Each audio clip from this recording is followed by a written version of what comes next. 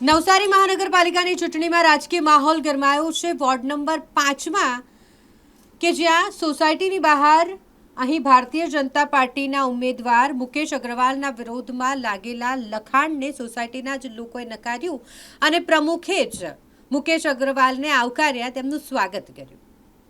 જાણકારી મુજબ ward number 5ની ચંદન park સોસાયટીમાં કોઈ અજાણ્યા વ્યક્તિ દ્વારા વોટ માંગવા માટે મુકેશ અગ્રવાલે આ સોસાયટીમાં પ્રવેશ ન કરવો તેવું લખાણ લખી દીધું હતું અને જેને લઈને રાજકીય માહોલ ગરમાયો હતો।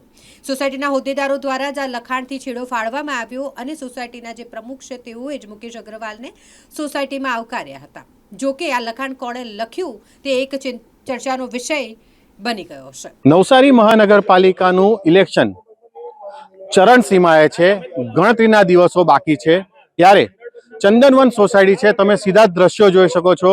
સવારના કોઈ અજાણ્યા યુવક દ્વારા આ બોર્ડની ઉપર મુકેશભાઈ મત માંગવા આવું નહીં અને ચંદનવન યુવક મંડળ દ્વારા લખવામાં આવ્યું છે તેવું લખ્યું હતું, પરંતુ હાલ પ્રમુખ દ્વારા પાછું બદલી અને welcome to Mukeshbhai Agrawal Chandanvan park society Navsari એ રીતનું લખવામાં આવ્યું છે। ત્યારે સીધા જ મુકેશભાઈ સાથે જે ચંદનવન સોસાયટીના રહીશો છે તે લોકો ઊભા છે અને સીધા જ આપણે મુકેશભાઈ અને એમના જે ચંદનવન પાર્ક સોસાયટીના પ્રમુખ છે તેમની સાથે ઉપપ્રમુખ છે તેમની સાથે વાત કરવાનો પ્રયત્ન કરીશું। મુકેશભાઈ, બપોરના સમયે કે સવારના સમયે કોઈ અજાણ્યા વ્યક્તિ બોર્ડ પર લખી ગયો હતો મુકેશભાઈ મત માંગવા આવું નહીં તેવી રીતના લખ્યું હતું, તો શું કહેશો એને લઈને? જ્યારે મને લગભગ 3-4 વાગ્યાની આજુબાજુ કોઈકે મને ફોન પર આ મેસેજ ઉપરી ફોન કર્યો। મારે એક ડોર ટુ ડોર ચાલતું હતું એટલે મેં ફોન કાપ્યો, પણ એમનો ઉપરી ફોન આવ્યો એટલે મેં વાત કરી તેમ કે આવું ચંદન પાર્કમાં લખ્યું છે। મેં ચંદન પાર્કમાં કેવું છે કે સોસાયટી મારા સાથે ફૂલ એટેચ છે ને હું નથી માનતો કે ચંદન પાર્કમાં લખ્યું છે, છતાં તમે કહો છો તો એમણે મને તરત વોટ્સએપ કર્યો। એટલે પછી મેં ચંદન પાર્કમાં ફોન કર્યો, મેં કહ્યું ભાઈ આ શું મેટર બની કે અચાનક આવું થયું છે?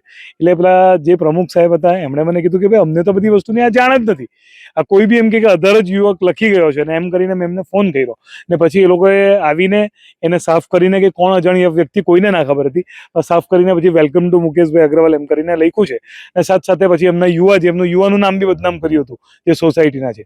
તેમનો મને ફોન આવ્યો એટલે હું તાત્કાલિક અહીંયા આવ્યો અને આપ સાથે મુલાકાત થઈ છે ને આ યુવા બધા આવ્યા છે, આપ એમના સાથે જ વાત કરી શકો છો। એના માટે ચોક્કસપણે કહી શકાય કે ચંદન પાર્કના જે યુવાનો છે ઉપપ્રમુખ છે તેમની સાથે વાત કરું, તમામ યુવાનો છે ને મુકેશભાઈ એમની સાથે મુલાકાત કરવા પણ આવ્યા છે।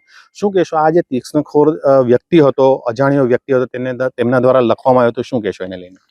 આ વ્યક્તિ ખાલી ચંદન પાર્કનું જે નામ છે અત્યારે જે કબીલપોર અને નવસારીમાં, તો એને ખાલી બદનામ કરવા માટેનું એક આ કંઈ કરી ગયું છે ગણેશ યુવક મંડળનું। કારણ કે આપણે તમે જોતા હશો તો છેલ્લા 4 વર્ષથી કે 7 વર્ષથી અમે લોકો જે ગણપતિ આગમન કરી રહ્યા છે, બરાબર છે, તો એમાં અમે બધું દરેક અલગ અલગ કૃતિઓ કરીને ગણપતિ આગમન કરી રહ્યા, તો અત્યારે અમને એવોર્ડ પણ મળ્યો છે એ માટે।